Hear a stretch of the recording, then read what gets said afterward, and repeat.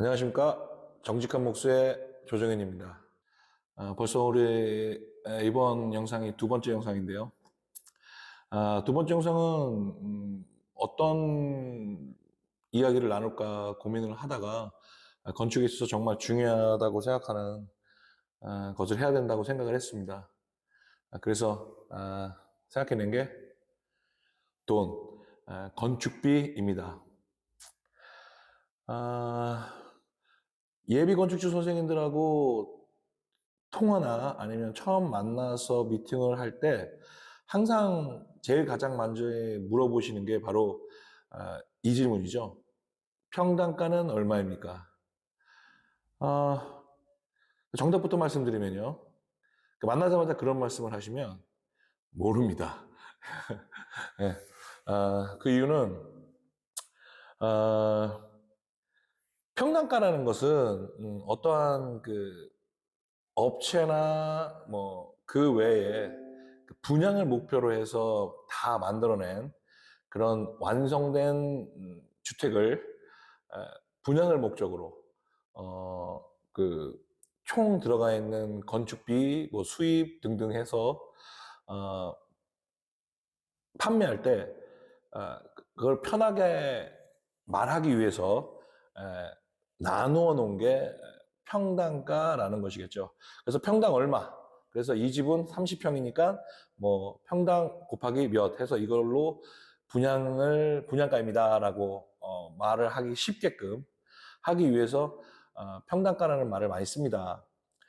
근데 중요한 것은 저희 소비자 입장에서는 아니면 예비 건축주 선생님들 입장에서는 당연히 그 아파트나 아니면 그 도심의 주택가에서 거주를 하시다 보니 주택에 대한 문의, 금액에 대한 문의를 하실 때는 당연히 평당가 익숙하신 평당가가 얼마예요라고 말들이 그렇게 나오시는 것 같더라고요. 근데 주택을 지을 때는 평당가로 가는 것보다는 총 건축비가 얼마입니까? 라고 물어보시는 게 좋아요. 근데 그 건축비라는 것도 처음부터 나오진 않습니다. 왜냐하면 도서, 그러니까 도면이죠. 건축도서, 건축도면이 있어야지만이 비로소 그 부피가 나오고 그 부피를 통해서 산출이 되고 그 산출이 바로 디테일한 그 견적을 작성할 수 있는 그런 매체가 되는 것입니다. 그러니 시골 같은 데나 아니면 뭐 휴게소에 걸려 있는 그런 뭐 프로카드 같은 거 좀 종종 보실 거예요. 그러니까 뭐 평당 뭐 얼마 뭐 어느 회사 뭐 최고의 회사 막 이러면서 그런 데에 평당으로 들어가 버리시면은 힘드세요. 그러니까 차로 말하면은 그러니까 깡통차죠. 예. 자동차 같은 경우에는 상관없죠. 정말 깡통차 뭐 필요에 의해서 사용을 하는 거니까요. 근데 집은 그렇게 하시면은 낭패잖아요.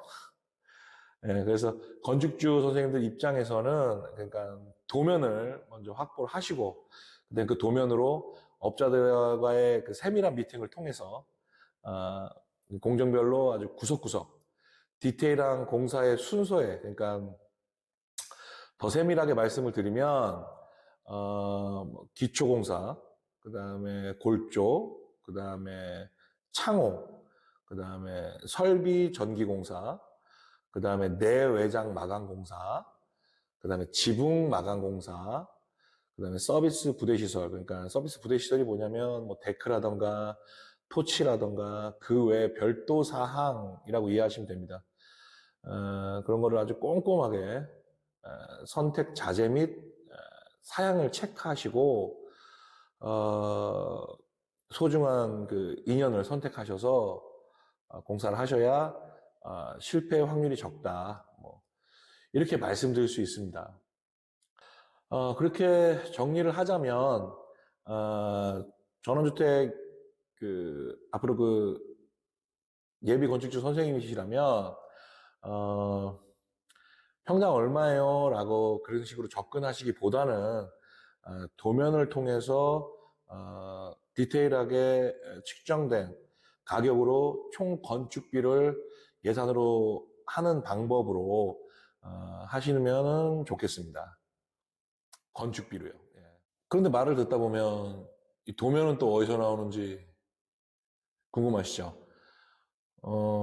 평당가를 물어보지 말고 도면을 가지고 건축비를 산출하라고 말씀드렸는데 이거는 그러면 어떻게 해결을 해야 될까요? 뭐 설계사무소 같은 데 가셔서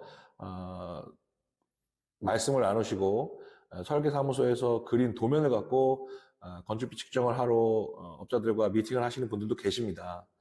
근데 그렇게 되면은 건축을 하시기도 전에 측정을 하시기도 전에 건축설계사에서 그냥 안 그려주거든요.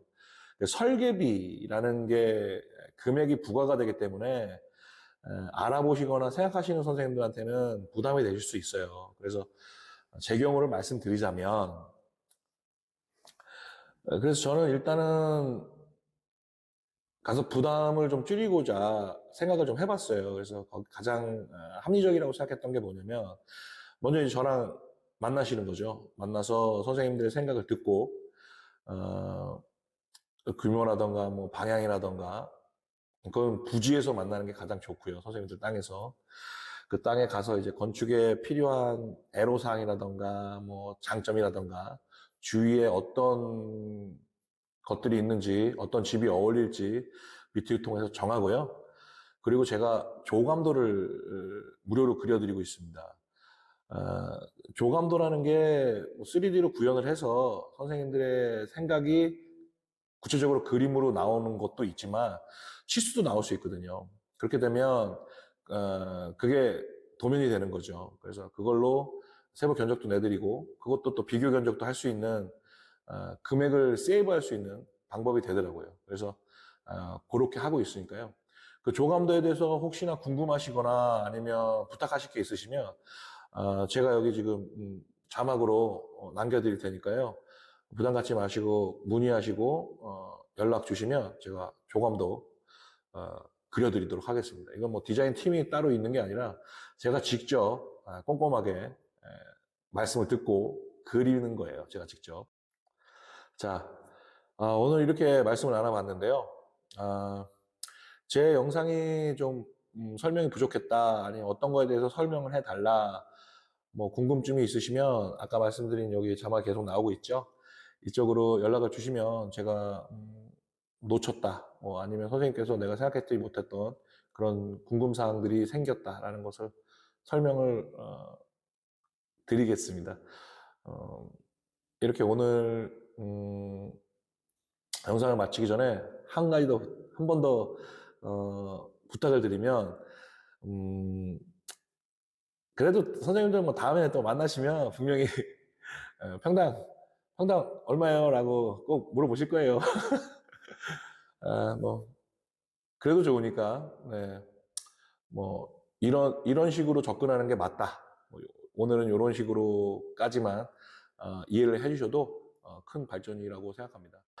다음 영상은 제가 지금 현 자재 수입 업체와 인터뷰를 좀 하면서 어떤 식으로 자재의 금액이 변동이 되는지, 그리고 어떤 식으로 자재가 들어와서 수입이 돼서 유통이 되는지, 유통이 되는 자재들의 종류와 장단점, 소재들만의 장단점을 설명드리고 인터뷰하는 시간을 갖도록 하겠습니다. 다음 영상도 기대해 주시고요. 조만간 최대한 빨리 다시 만나 뵙는 걸로 하겠습니다. 지금까지 정직한 목수의 조정현이었습니다. 다음에 또 뵙겠습니다. 감사합니다.